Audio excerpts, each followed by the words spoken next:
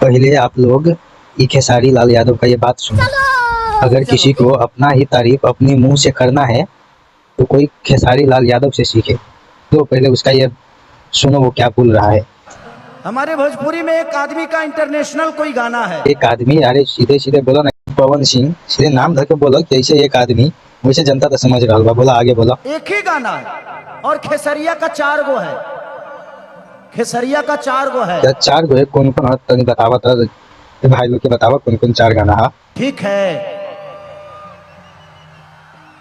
पलंग सगवान के कि राजा कोई बियाह तू मोटा जाइबा हो, खैबा में हरी के हाथे त गोटा जाइबा हो। ये जो तू 4 गाना के नाम जो बोल रहा है, ये कहाँ से इंटरनेशनल लगा था? अगर ये तुहार गाना अगर यहाँ नेपाल में बज जाई तो वो नेपाल में बजला से इंटरनेशनल ना होला। शायद तोरा के मालूम नहीं है कि इंटरनेशनल केकरा के कहल जाला। कि इंटरनेशनल जैसे कोई फेमस आदमी, कोई बड़ा सुपरस्टार जो बॉलीवुड का हो, हिंदी का हो, अगर भोजपुरी गाने पे डांस करता है, वैसे उस गाने को इंटरनेशनल बोला जाता है। ये 2 करोड़ के सुपरस्टार तो हर गाना पर रील बना दिला तक इंटरनेशनल हो जाएगा। तो वो साफे लड़चट्टे आदमी बारा।